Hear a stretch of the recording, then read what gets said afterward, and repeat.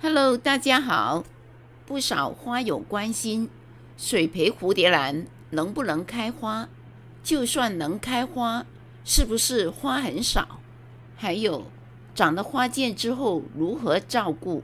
今天视频的内容就是关于这些。现在看到的这些水培兰花，全部都是正在长花剑，这只是其中的一部分。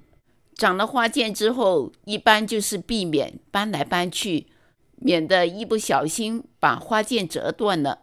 所以呢，只拿一部分来给大家看。虽然现在还没有开花，但是我觉得呀，看花剑的时候就是充满期待的时候。既然这一集是关于水培的，就要向大家隆重的介绍它。它是我的水培工程，是我的第一颗水培兰花。这是2015年他买回家时候的照片。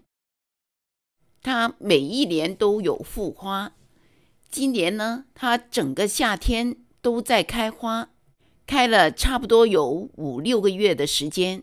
我怕它消耗太大，就把花剪下来插平。大概1个月之后，有了惊人的新发现，花梗上的芽点冒出来了。这是花芽吗？还是苗芽？我很好奇，就想看看它的结果是怎样，所以记下了这个日期。这是10月30号。我把它又重新放回到瓶子里面，把它摆在它的母株的旁边。这盆花呢，已经长出了新的花芽。为什么这么快又出花芽呢？关键是温差。10月份是很大温差的时间，一颗健康的蝴蝶兰在有温差的情况下，很容易就长出花芽，包括剪下来的花梗。现在是12月底了，差不多2个月的时间。这段时间天气比较冷，而且温差大，这段时间就要偏干养。偏干养就是少给水，多晾根。所以现在大家看到的都是干的根。为什么要这样做呢？好处在哪里呢？等一下我会跟大家详细分享。现在先来看一下剪下来插平的那一条花枝。花当然全部卸掉了，但是它有没有长根呢？看，它不会长根，那个绿色的小点长成了一条侧花枝，而第2个芽点没怎么长大，只长大了一丁点。为什么会有这么大的差异呢？这就是植物的顶端优势。营养都往最顶端输送，要么向前续花，要么在最高的那个芽点开始发育。至于怎么选择，我们不能帮他做决定，要他自己选择。他高兴长侧枝，而且现在都长有花苞了。下面那个芽应该不会再长了，毕竟只有一条花杆，营养供给不够。剪下来的一条花梗也可以长出侧花枝，是不是有点神奇？其实一点都不奇怪，只要有日夜的温差和足够的光线，几乎所有的蝴蝶兰都可以长出花芽。这一颗呢，还长了3条花枝。这一盆呢是连体的，由于水滴积在这个心，然后烂心了，它就长出了侧芽。这一次的2条花剑是侧芽长出来的。本来可以把它分株，但是我没有这样做，想做一个实验，看看这样的母株以后能不能长出花剑。接下来的这一盆，在我的视频第16集里面曾经用过催芽剂的那一盆，当时在它的花梗的节点上用了催芽剂，想它长出高芽，结果失败了，它没长高芽。后来呢，它长了一个侧芽，现在呢又多了一个侧芽，现在呢就是3棵苗在一起了。现在就算它没有花看，我觉得也很美。那些根在空中好像飞翔一样。看，这是母株，植株并不大，但是它长出了1颗、2颗侧苗。新的这棵侧苗没有花剑，这一条花剑呢，是另外的这一个侧苗长出来的，而后面的这一条花剑呢，就是后面的这颗母株长出来的。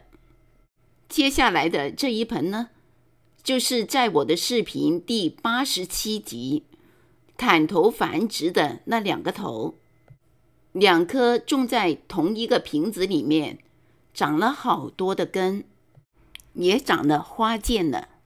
看，这里有一条花剑，这个位置，这里也有一条花剑，就是说双花剑。这边的这一颗，这里一条花剑，这里也有一条花剑，也是双花剑。这么快就长出了双花剑，蝴蝶兰繁殖有哪一种方法比砍头繁殖更快呢？这是在我的视频第110集里面中端花梗的那一颗。都说中端花梗开花之后就会死掉，它不但没死，还长出了双花剑。这边这条长的，在主枝上还长侧花枝。这一颗呢，就是在我的视频第58集里面从死亡线上把它救回来的那一颗盾花蝴蝶兰。它由一条根都没有，到现在长了新叶，还长了花剑。现在看上去好像是双花剑，其实只是单个，因为小的那个芽点是先出的，停住了没长。看看它的根在篮子里面盘转，再伸到瓶子里面，它长得很好，这也算是对那一集的一个跟踪吧。现在回过头来再说影片开头的那些问题吧。水培能不能养出花？